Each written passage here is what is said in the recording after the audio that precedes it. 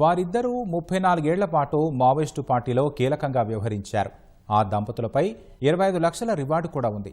అలాంటిది Maoist party విధానాలు, సిద్ధాంతాలపై విసుగు చెందారు. అజ్ఞాతం వీడి జనజీవన స్రవంతిలోకి వచ్చారు. నేరుగా డీజీపీ దగ్గర లొంగిపోయారు. వారు ఎవరు, వివరాలేంటనే దానిపై డీజీపీ హరీష్ కుమార్ గుప్తాతో ఈటీవీ ప్రత్యేక ముఖాముఖి.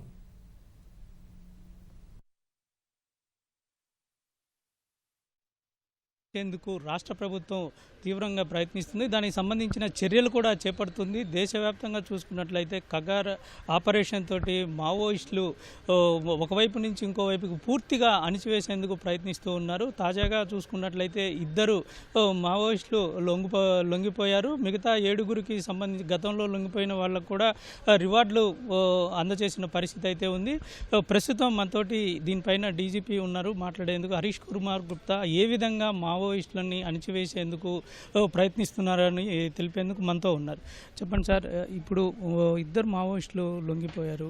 ఏ విధంగా మావోయిస్టులని మీరు అణిచివేసేందుకు ప్రయత్నాలు చేస్తున్నారు? ఎటువంటి చర్యలు చేపడుతున్నారు? మీరు చూసినట్టుగా ఉంటే లాస్ట్ ఒక 5-6 మంత్స్లో మేము అన్ని రకాలుగా ప్రయత్నం చేస్తున్నాము.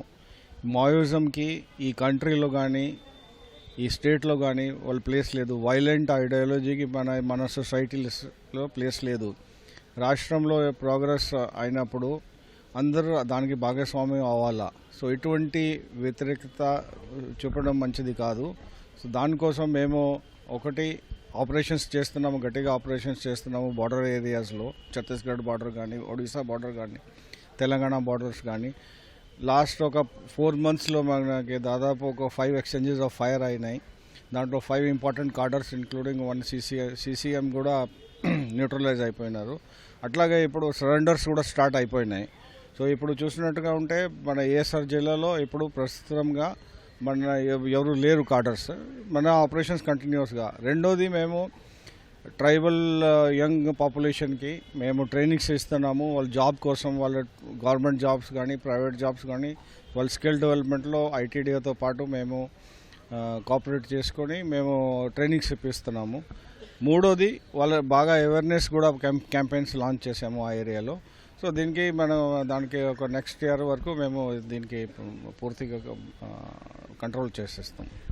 ఎంతమంది మావోయిస్టులు ఇంకా ఈ రాష్ట్రానికి సంబంధించిన క్యాడర్లో యాక్టివ్గా ఉన్నట్లు మీకు సమాచారం ఉంది? దాదాపు మన స్టేట్లో ఉన్న కార్డర్స్ మిగతా స్టేట్స్లో దాదాపు ఒక 20 మెంబర్స్ ఉన్నారు, సీనియర్ కార్డర్స్. సో మిగతా ఛత్తీస్గఢ్ కానీ, జార్ఖండ్ కానీ అక్కడ ఉన్న 20 మెంబర్స్ ఉన్నారు. అంటే మీరు వాళ్ళని పట్టుకునేందుకు కానీ, లొంగుబాటుకు కానీ ఎటువంటి చర్యలు చేపడతారు? మీ మీడియా ద్వారా కూడా వాళ్ళకి అపీల్ చేస్తున్నాం, వాళ్ళ ఫ్యామిలీస్కి అపీల్ చేస్తున్నాం. మీరు రండి, మంచి సరెండర్ పాలసీ ఉంది, మీరు మెయిన్ స్ట్రీమ్కి రండి. అయితే భారీగా ఇప్పుడు డంపుని మీరు స్వాధీనం చేసుకున్నారు. అంటే ఈ డంపు ఏ ప్రాంతాల్లో స్వాధీనం చేసుకున్నారు? ఇందులో అత్యాధునికంగా ఉపయోగించే AK-47 లాంటి ఆయుధాలు కూడా ఇందులో లభ్యమయ్యాయి. ఇప్పుడు ఇది చూసినట్టుగా మనకి ఇన్ఫర్మేషన్ ప్రకారంగా నేను చెప్పాను ఇంతకుముందు 5 ఎక్స్చేంజెస్ ఆఫ్ ఫైర్ అయినాయి. సో దాంట్లో కొంత మావోయిస్ట్ మిగతా స్టేట్లో వెళ్ళిపోయి వెపన్స్ ఇక్కడ పెట్టారు. సో పెట్టినప్పుడు మనకి స్పెసిఫిక్ ఇన్ఫర్మేషన్లో AK-47 గ్రెనేడ్ లాంచర్స్, ఎటువంటి INSAS rifles, 37 kgs caudex wire కూడా దొరికింది. అయితే ఇందులో కొన్ని వాళ్ళు తయారు చేసిన ఆయుధాలు కూడా కొన్ని ఉన్నాయి. దానిపైన అంటే ఆ తయారీ ఎక్కడ చేస్తున్నారు, అట్లాంటి ఎలాగ మీరు వాటిపైన దృష్టి పెడుతున్నారు? సో మనకి ఇన్ఫర్మేషన్ అంటే మనకి ఇంటెలిజెన్స్ ఇట్లాగా ఉంటుంది. వాళ్ళకి టెక్నికల్ యూనిట్స్, వాళ్ళ మౌస్ టెక్నికల్ యూనిట్స్ వాళ్ళకి ఇంప్రూవైజ్ చేస్తారు. వాళ్ళు ఎట్లా కొన్ని చైనీస్ సెట్స్ కూడా ఉన్నాయి, కమ్యూనికేషన్ సెట్స్ కూడా దొరికినాయి. అత్యాధునికంగా ఉన్నటువంటి కమ్యూనికేషన్ సెట్స్ని వాళ్ళు ఉపయోగిస్తూ ఉన్నారు.